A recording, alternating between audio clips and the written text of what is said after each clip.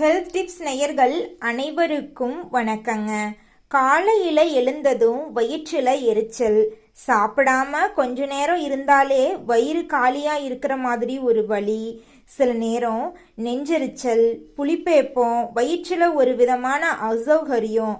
ஆனா சாப்பிட்ட பிறகு மட்டும் கொஞ்சம் நிம்மதியா இருக்கிற மாதிரி இருக்கா அப்படின்னா இந்த வீடியோ உங்களுக்காகத்தாங்க. நம்மில் நிறைய பேரு வயிறு காலியாக இருந்தா நல்லது தானே, சாப்பிடாம இருந்தா உடம்புக்கு நல்லது தானேன்னு நினைப்போம்.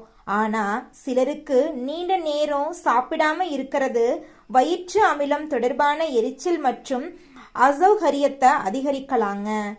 அதனாலதான் இன்று சாப்பிட்டா குறையும், சாப்பிடாவிட்டா கூடுன்னு சொல்றது என்ன, அது ஏன் நடக்குது, என்ன உணவு சாப்பிடலாம், எதை தவிர்க்கணும், எப்போது மருத்துவரை பார்க்கணும், எல்லாத்தையும் இந்த வீடியோல தெளிவா பார்க்கலாங்க.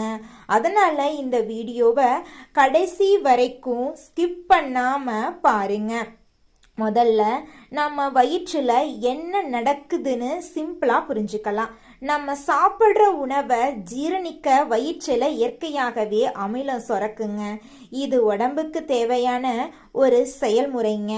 ஆனா சில நேரங்கள்ல இந்த அமிலம் தொடர்பான பிரச்சனை காரணமா வயிற்றுல எரிச்சல், நெஞ்செரிச்சல், புளிப்பேப்போ, மேல் வயிற்றுல அசௌகரியம் போன்ற அறிகுறிகள் வரலாங்க.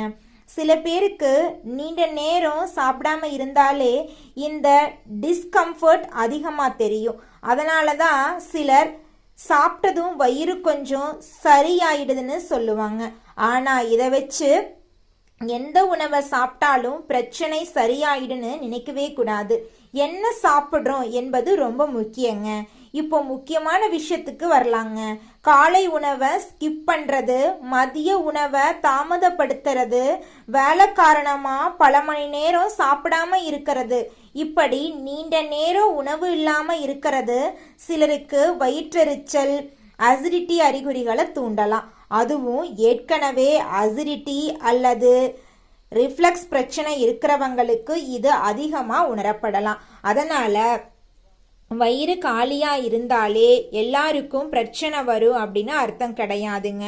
உங்க உடம்பு எப்படி ரியாக்ட் பண்ணுது அப்படிங்கறதா முக்கியம். அப்படின்னா வயிறெரிச்சல் வரும்போது என்ன சாப்பிடலாம்? முதல்ல ரொம்ப ஹெவியா சாப்பிட வேண்டாங்க. சிறிய அளவில் எளிதாக ஜீர்ணிக்கக்கூடிய உணவை எடுத்துக்கொள்றது சிலருக்கு உதவியா இருக்கலாம். உதாரணமா சாதம், அதை கூட கஞ்சி போன்ற எளிய உணவு, இட்லி போன்ற குறைந்த எண்ணெய் உணவு, காய்கறிகள், தேவையான அளவு தண்ணி. உங்களுக்கு எந்த உணவு சாப்பிட்டா பிரச்சனை அதிகமாகிறது என்பதையும் கவனிச்சு பாருங்க. ஏன்னா ஒருத்தருக்கு பிரச்சனை தரும் உணவு இன்னொருத்தருக்கு பிரச்சனை தராம இருக்கலாம். எந்த உணவுகளை கவனமா கையாளணும்னு பார்த்தீங்கன்னா இப்ப இந்த விஷயம் ரொம்ப முக்கியங்க. வயிற்று எரிச்சல், ஆசிட் ரெஃப்ளக்ஷன் அடிக்கடி வர்றவங்க சில உணவுகளை சாப்பிட்ட பிறகு சிம்டம்ஸ் அதிகமாகுதா அப்படிங்கிறத நீங்க கவனிச்சு பார்க்கணுங்க. அதிக காரம், அதிக எண்ணெய், அதிக கொழுப்புள்ள உணவு, அதிக coffee, tea, chocolate, carbohydrate drinks போன்றவை சிலருக்கு ரிஃப்ளக்ஸ் அல்லது ஹார்ட்போர்ன் சிம்டம்ஸை அதிகப்படுத்தலாம். அதே போல இரவு நேரத்தில் ரொம்ப ஹெவியா சாப்பிட்டு உடனே படுத்துக்கொள்ற பழக்கமும் சிலருக்கு பிரச்சனையை அதிகப்படுத்தலாம். அதனால என்ன சாப்பிட்றோம் மட்டும் இல்லை, எப்போது சாப்பிட்றோம் என்பது தாங்க ரொம்பவும் முக்கியம். இது ரொம்ப முக்கியமான ஒரு பழக்கம். இரவு சாப்பிட்ட உடனே படுத்துக்கொள்ளாம முடிந்த வரைக்கும் சிறிது நேர இடைவெளி வைக்கலாம்.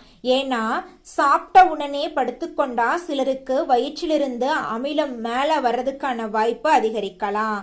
அதனால இரவு உணவை மிகவும் தாமதப்படுத்தாம இருக்கிறது நல்ல பழக்கம். மேலும் இரவு நேரத்துல உங்களுக்கு ரிஃப்ளக்ஸ் அதிகமாக இருந்தால் எந்த உணவு எடுத்துக்கொண்ட பிறகு சிம்டம் அதிகமாகுது அப்படிங்கிறத நோட் பண்ணி வச்சுக்கோங்க. இங்கே நான் ஒரு முக்கியமான விஷயத்த சொல்லணுங்க.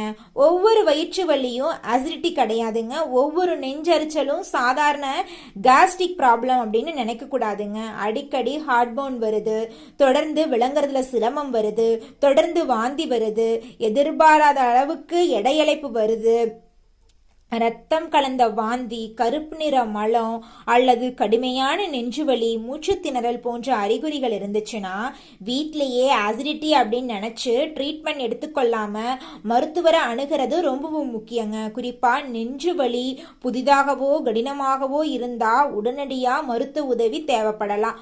அப்போ நம்ம தினசரி வாழ்க்கையில என்ன செய்யலாம்? முதலாவது, நீண்ட நேரம் உணவு இல்லாம இருக்கிறத தவிர்க்க முயற்சி செய்யுங்க. ரெண்டாவது, உங்களுக்கு சிம்டம்ஸ் அதிகமாகும் ட்ரிகர் ஃபுட்ஸ் என்னன்னு கவனிங்க. மூணாவது, மிகவும் ஹெவியா சாப்பிட்றதுக்கு பதிலா அளவோட சாப்பிடுங்க. நான்காவது, இரவு சாப்பிட உடனே படுத்துக்கொள்ளாதீங்க. ஐந்தாவது, உங்களுக்கு தொடர்ந்து ஆசிடிட்டி அல்லது ரிஃப்ளக்ஸ் சிம்டம்ஸ் இருந்துச்சுன்னா காரணத்தை தெரிந்து கொள்ள மருத்துவரிடம் ஆலோசனை பெறுங்க. மருந்து தேவைப்பட்டா மருத்துவர் சொல்றத பின்பற்றது ரொம்பவும் நல்லதுங்க. அதனால தான் நேயர்களே, சாப்பிடாம இருந்தாலே உடம்பு நல்லா இருக்குன்னு எல்லாரும் பொருந்தக்கூடிய ஒரு விதி கிடையாதுங்க. சிலருக்கு நீண்ட நேரம் வயிறு காலியா இருந்தா அசௌகரியத்தில் அதிகரித்தலாம். அதே நேரத்தில் சாப்பிட்ற உணவு, சாப்பிட்ற நேரம், சாப்பிட்ற அளவு, இந்த மூன்றுமே ரொம்ப முக்கியம். உங்க உடம்பு கொடுக்கிற அறிகுறிகளை கவனிங்க. அடிக்கடி வயிறெரிச்சல் வருதுன்னா அதை சாதாரண விட்டுறாதீங்க. இந்த தகவல் உங்களுக்கு பயனுள்ளதா இருந்தா வீடியோவை லைக் பண்ணுங்க. உங்க குடும்பத்துல இந்த பிரச்சனை இருக்கிறவங்களுக்கு ஷேர் பண்ணுங்க. இன்னும் இப்படிப்பட்ட பயனுள்ள உடல்நல தகவலுக்கு நம்ம சேனலை சப்ஸ்கிரைப் பண்ணிக்கோங்க. மீண்டும் ஒரு பயனுள்ள தகவலோட அடுத்த வீடியோல சந்திக்கலாங்க. நன்றி, வணக்கங்க.